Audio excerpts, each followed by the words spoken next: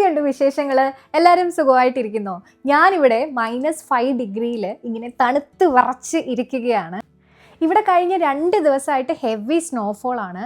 പുറത്തോട്ട് ഇറങ്ങാൻ വയ്യ. നമ്മുടെ കൈയും കാലും ദേഹവും ഒക്കെ മരവിക്കുന്ന അവസ്ഥയാണ്. അത് പറഞ്ഞു കഴിഞ്ഞാൽ എത്രത്തോളം നിങ്ങൾക്ക് മനസ്സിലാകും എന്നറിയില്ല. അപ്പോൾ ഇതിൻ്റെ ഒരു ഇൻറ്റൻസിറ്റി എത്രത്തോളം ഉണ്ട്, എങ്ങനെയാണ് നമ്മൾ സർവൈവ് ചെയ്യുന്നതെന്നുള്ളത് നിങ്ങൾക്കും കൂടെ ഒന്ന് പറഞ്ഞ് മനസ്സിലാക്കി തരാമെന്ന് വിചാരിച്ചു. അപ്പോൾ എല്ലാവർക്കും എൻ്റെ പുതിയൊരു വീഡിയോയിലേക്ക് സ്വാഗതം.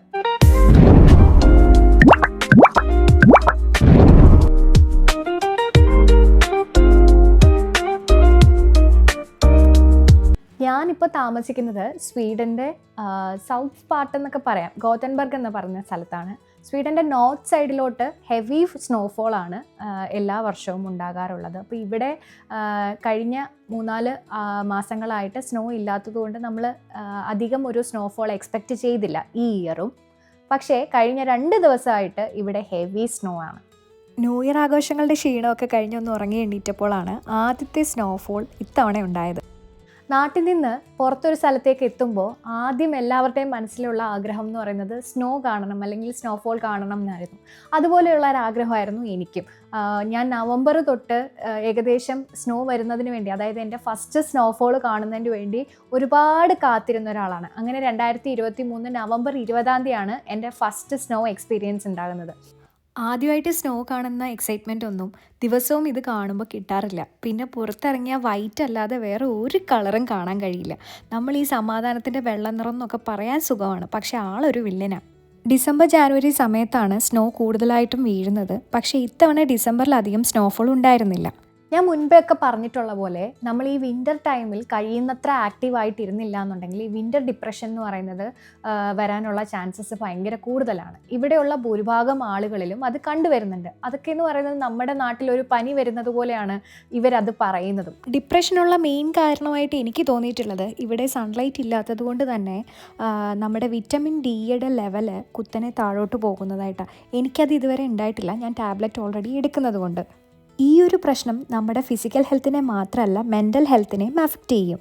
ഇവിടുത്തെ ആളുകൾ വിൻ്റർ ടൈമിൽ കൂടുതലും ആക്റ്റീവായി വിൻ്റർ ആക്ടിവിറ്റീസിൽ ഇൻവോൾവ് ആയിട്ട് കഴിയുന്നത്ര സമയം സ്പെൻഡ് ചെയ്യാൻ ശ്രമിക്കാറുണ്ട്.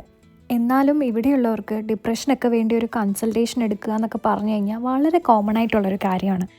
ഏറ്റവും രസകരമായിട്ടുള്ളൊരു കാര്യം എന്ന് പറഞ്ഞു കഴിഞ്ഞാൽ, ഞാൻ ആദ്യം വന്ന സമയത്ത് എനിക്കിവിടെ ഒരു ഫ്രണ്ടിനെ കിട്ടി. അപ്പോൾ പുള്ളിക്കാരിയോട് ഞാൻ പറഞ്ഞു, എനിക്ക് ഭയങ്കര മൂഡ് ഓഫ് അടിക്കുന്നു, വീട്ടിൽ തന്നെ ഇരുന്നിട്ട് മൈൻഡൊക്കെ ആകെ എന്താ പറയുന്നത് ഡൗൺ ആകുന്ന പോലെ ഫീൽ ചെയ്യുന്നു എന്ന് പറഞ്ഞപ്പോൾ ആ ഒരു സമയത്ത് അവൾ എന്നോട് പറഞ്ഞത്, നീ ഒരു കാര്യം ചെയ്യ്, നീ കുറച്ച് രാവിലെ എണ്ണീറ്റ് ഒന്ന് ഓടാനൊക്കെ പോ. അപ്പം ഞാനിങ്ങനെ ആലോചിച്ചു, ഓടാനോ? നേരെ ചൊവ്വൊരു ഷൂ ഇട്ട് ആ സ്നോയ്ക്കകത്തൂടെ നടക്കാൻ പോലും പറ്റുന്നില്ല. ആ സമയത്ത് എങ്ങനെ ഓടുന്നു?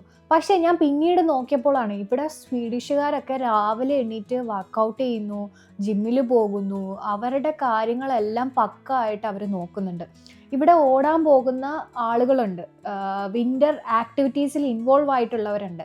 ഇവരുടെ കുട്ടികൾ ഉണ്ടാകുന്ന സമയത്താണെങ്കിൽ പോലും വിൻ്റർ ടൈം ആണെങ്കിൽ അവർ കുറച്ചു നേരം സ്നോയിൽ കൊണ്ടുവന്ന് കിടത്തി കുഞ്ഞിനെ ആ ഒരു ടെമ്പറേച്ചറുമായിട്ട് അഡ്ജസ്റ്റ് ചെയ്യിപ്പിക്കാൻ ഇവർ മാക്സിമം നോക്കും.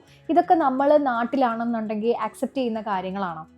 അതുകൊണ്ട് തന്നെ ഇവിടെ ഉണ്ടാകുന്ന ഭൂരിഭാഗം കുട്ടികൾക്കും വിൻ്റർ ഒരു പ്രശ്നമേ അല്ല. ഞാൻ വർക്ക് ചെയ്യാൻ പോകുന്ന സ്ഥലത്താണെങ്കിലും കുട്ടികളൊക്കെ മഞ്ഞത്ത് കളിച്ചും ചിരിച്ചും ഇങ്ങനെ നടക്കുന്ന കാണുമ്പോൾ അവിടെ വിറച്ചിരിക്കുന്ന ഏക വ്യക്തി ഞാനും എൻ്റെ കൊളീഗ്സും മാത്രമായിരിക്കും.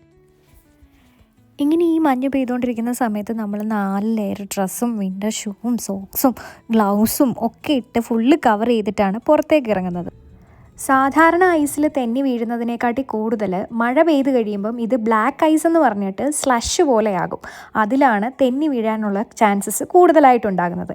ഈ കാണുന്നതൊക്കെ അതാണ്. ഈ 3 വർഷത്തെ വിൻ്ററുകളിൽ നിന്ന് എനിക്ക് മനസ്സിലായ ഒരുപാട് കാര്യങ്ങളുണ്ട്. നമ്മളൊരു ഹാബിറ്റ് മെയിൻറ്റെയിൻ ചെയ്യുക. ഇപ്പം എന്നെ സംബന്ധിച്ചിടത്തോളം എനിക്ക് ഏറ്റവും ഇഷ്ടമുള്ളൊരു കാര്യം എന്ന് പറയുന്നത് വീട്ടിലെ കാര്യങ്ങളൊക്കെ ചെയ്യുക, അമ്മയോടും അച്ഛനോടും ഒക്കെ സംസാരിക്കുക, ഫ്രണ്ട്സിനൊപ്പം പുറത്തു പോവുക, പിന്നെ ഫ്രീ ടൈം അങ്ങനെ കിട്ടുകയാണെങ്കിൽ ക്ലാസ്സിൻ്റെ കാര്യങ്ങൾ നോക്കുക, പിന്നെ ചെറിയ സമയങ്ങളിൽ ഞാൻ ഡാൻസ് ചെയ്യുകയും ഡ്രോയിങ് ചെയ്യുകയും ഒക്കെ ചെയ്യും. അപ്പോൾ അങ്ങനെയുള്ള ഒരു ഏതെങ്കിലുമൊക്കെ ഹാബിറ്റുകൾ മെയിൻറ്റെയിൻ ചെയ്യുക. അപ്പോൾ അത് നമ്മളെ ഒരുപാട് സഹായിക്കും. അപ്പോൾ ഈ മഞ്ഞ് വിശേഷത്തിൻ്റെ കുഞ്ഞു വീഡിയോ നിങ്ങൾക്ക് എല്ലാവർക്കും ഇഷ്ടമായി എന്ന് വിശ്വസിക്കുന്നു.